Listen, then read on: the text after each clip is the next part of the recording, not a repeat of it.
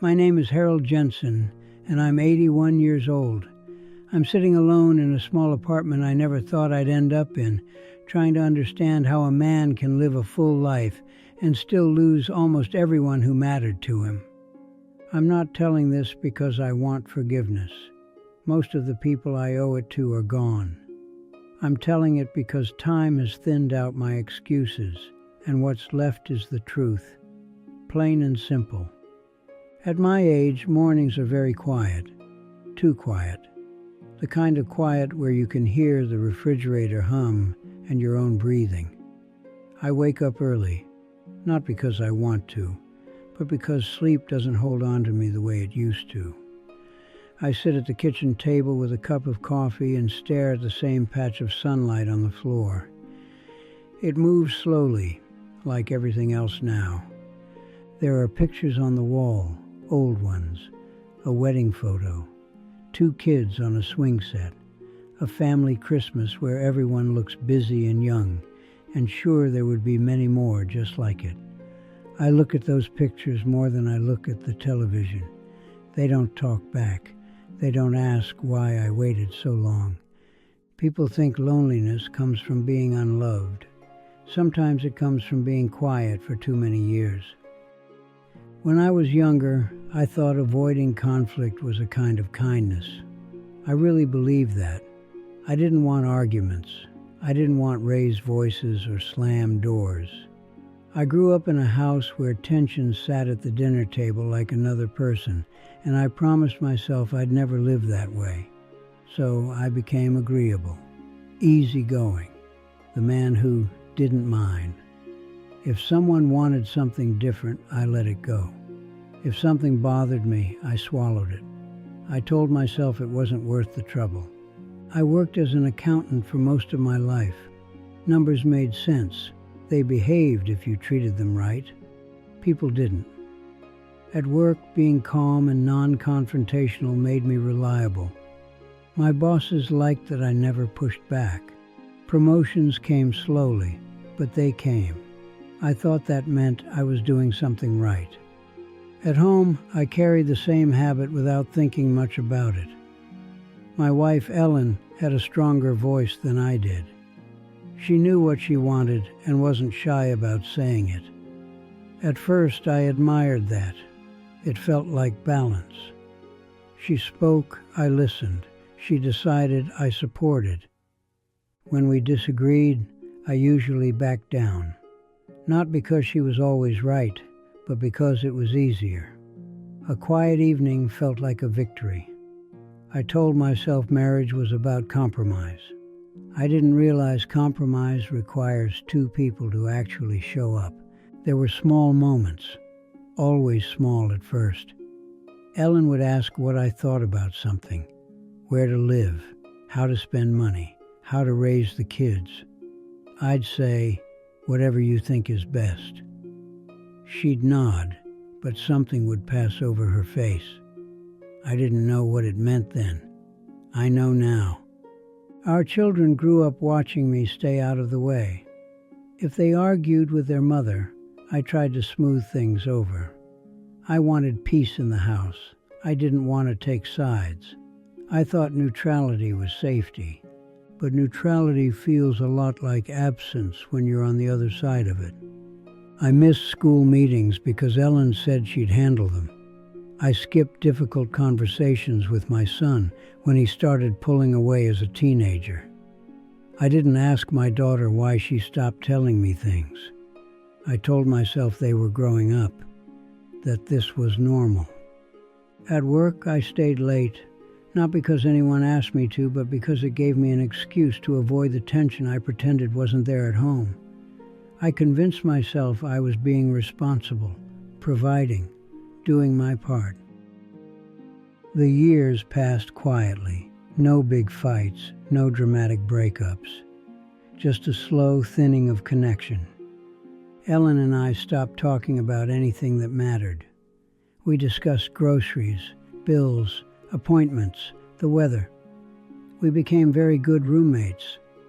I told myself this was what long marriages looked like. Stable, calm, predictable. Sometimes she would try to talk about something deeper, something that bothered her. I could feel the discomfort rise in my chest, and I'd deflect, change the subject, make a joke, promise we'd talk later. Later almost never came.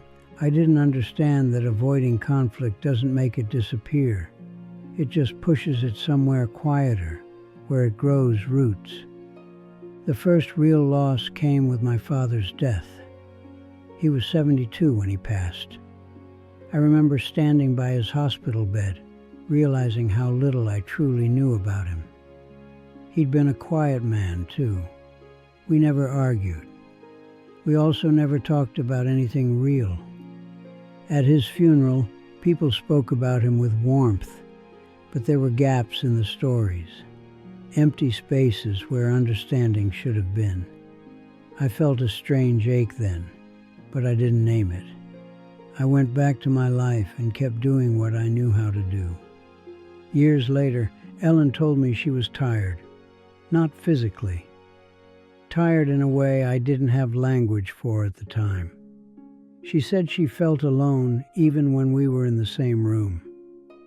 I nodded. I told her I was sorry she felt that way. I said things would get better. I didn't ask how. I didn't ask what she needed from me.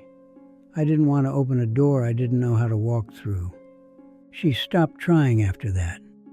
When she finally left, it wasn't loud. No screaming, no accusations. She packed her things over a few weeks while I was at work. We sat at the table one evening, and she told me she'd signed a lease somewhere else. I remember asking, "Is this what you want?" She looked at me for a long time before answering. Then she said, "I don't know what you want. I never have." That sentence still sits with me. The divorce was polite, civil, almost gentle. Friends said we handled it well. I thought so too. At least, that's what I told myself. Our children were grown by then.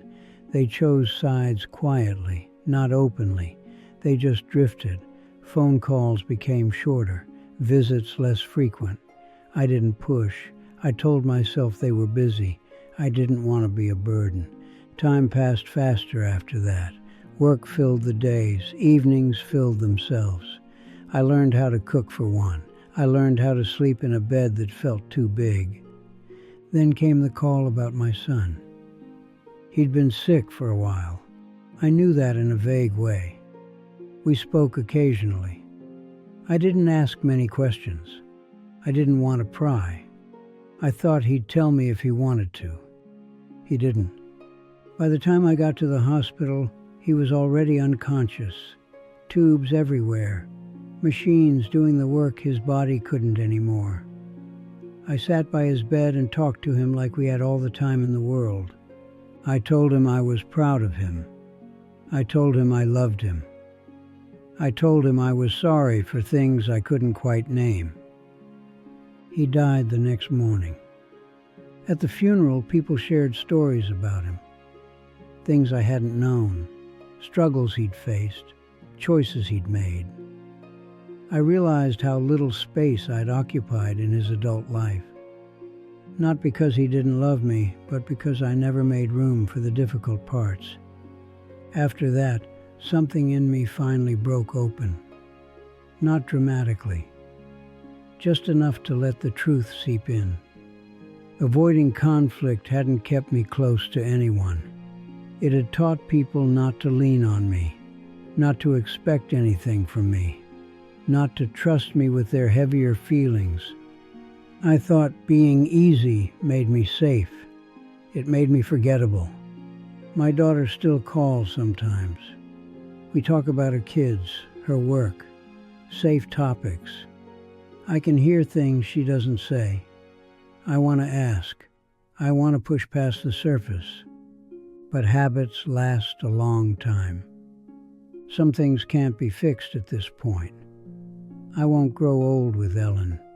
I won't watch my son age. I won't get back the years when my children needed a father who could stand in discomfort and stay. I don't beat myself up over it anymore. There's no use. I made the best decisions I could with the understanding I had at the time. That's true.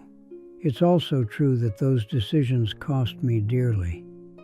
If I had known that silence could feel so loud later, I might have spoken sooner. If you're listening to this and you're younger, I don't have instructions for you. I only have my life. Conflict isn't always cruelty. Sometimes it's care that's willing to risk being uncomfortable. People don't drift away because you argue. They drift when they don't feel seen.